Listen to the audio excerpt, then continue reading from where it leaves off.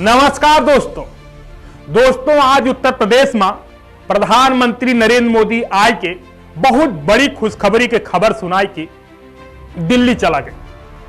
अब उनके दिल्ली जाते मान उत्तर प्रदेश के तमाम विपक्षी नेता प्रधानमंत्री नरेंद्र मोदी और मुख्यमंत्री योगी आदित्यनाथ के बारे में ना जौन नाय तौन बोलता है। यकीन माना ओका सुने के बाद बहुत कुछ सवाल उठेला।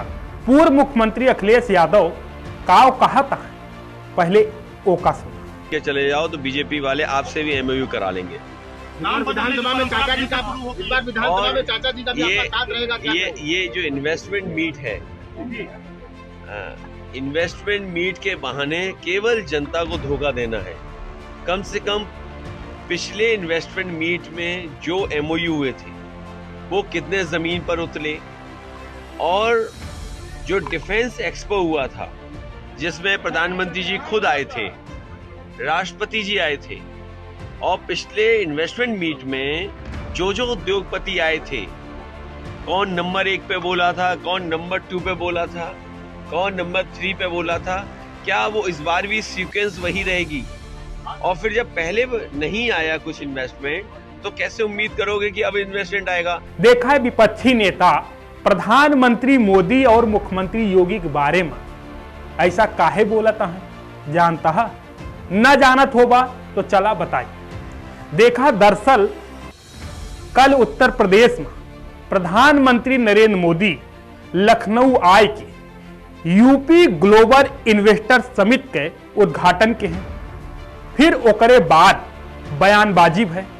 बयानबाजी में बताएं कि उत्तर प्रदेश में आज देश विदेश से लगभग 10,000 से ज्यादा निवेशक शामिल हैं, जिसमें सिर्फ अकेले उत्तर प्रदेश में यानी यूपी में ग्लोबल इन्वेस्टर समिट से लगभग 22 लाख करोड़ रुपया के निवेश हुए, ताकि लाखों बेरोजगार युवा का बड़े पैमाना पर रोजगार मिल जाए, यानी सब के सब नौकरी पाई जाए।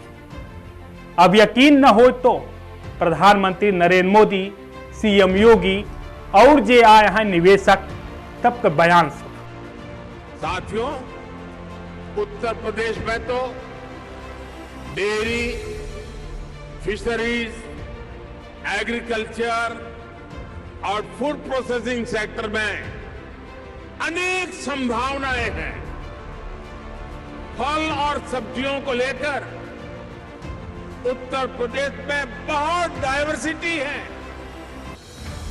एक ऐसा सेक्टर है जिसमें अभी भी प्राइवेट सेक्टर की हिस्सेदारी बहुत सीमित है।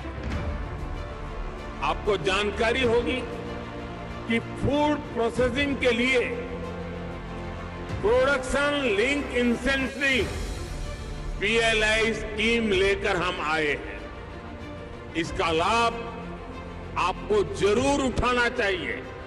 आज का यह संगोष्ठी और यह ग्लोबल इन्वेस्टर समिट एक बड़ी भूमिका का निर्वहन कर सकता है।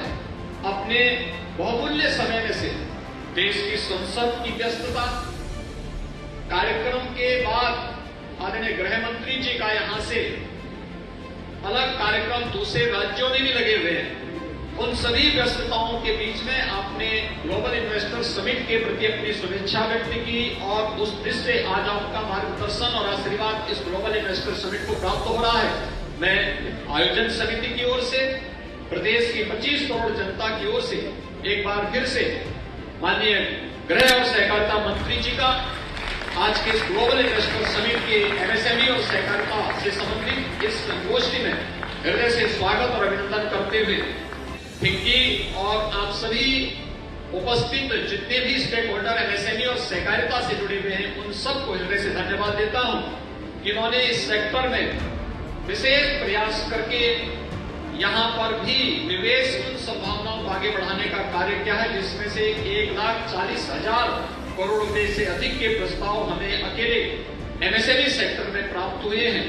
मुझे पूरा विश्वास है कि आप सबके सहयोग से उत्तर प्रदेश का यह MSME जो कहीं पर शिल्प क्लस्टर के रूप में, कहीं पर कारपेट के रूप में, कहीं पर ब्रॉस के रूप में, कहीं पे ग्लास के रूप में, कहीं इत्र के रूप में, कहीं स्पोर्ट्स आइटम के रूप में, कहीं टेराकोटा के रूप में, अलग अलग जगहों पर अलग अलग रूप में है। यह उत्तर प्रदेश की और देश के ग्रोथ इंजन के रूप में, औद्योगिक विकास के रूप में उसकी नींव बनेगी। आज के इस अवसर पर मैं एक बार फिर से माननीय गृह और सहकारिता मंत्री जी का हृदय से स्वागत और अभिनंदन करते हुए अपनी बात को यहीं पे विराम देता हूं। जय Hind. First, Indians are embracing technology at a rate unseen even in the developed world. For example, as we speak, this year, 2023, India is rolling out the fastest 5G network through the length and breadth of our country. Second, India has the world's largest population of youth. Our youth is brimming with entrepreneurial energy and passion. Their innovations and ideas will take the world by storm. Third, thanks to your far-sighted leadership, regional imbalances are fast disappearing. Uttar Pradesh is a shining example of this. The divide between urban India and rural Bharat is also closing. Fourth, and most importantly, you have brought about a fundamental change in the mindset of the nation. There is unprecedented hope and optimism among the people. Nobody in the world can question the fundamentals of Indian economy. They are robust, and now is the time for all our enterprises to step up on the accelerator, because Udyog and Sahyog always must go hand in hand.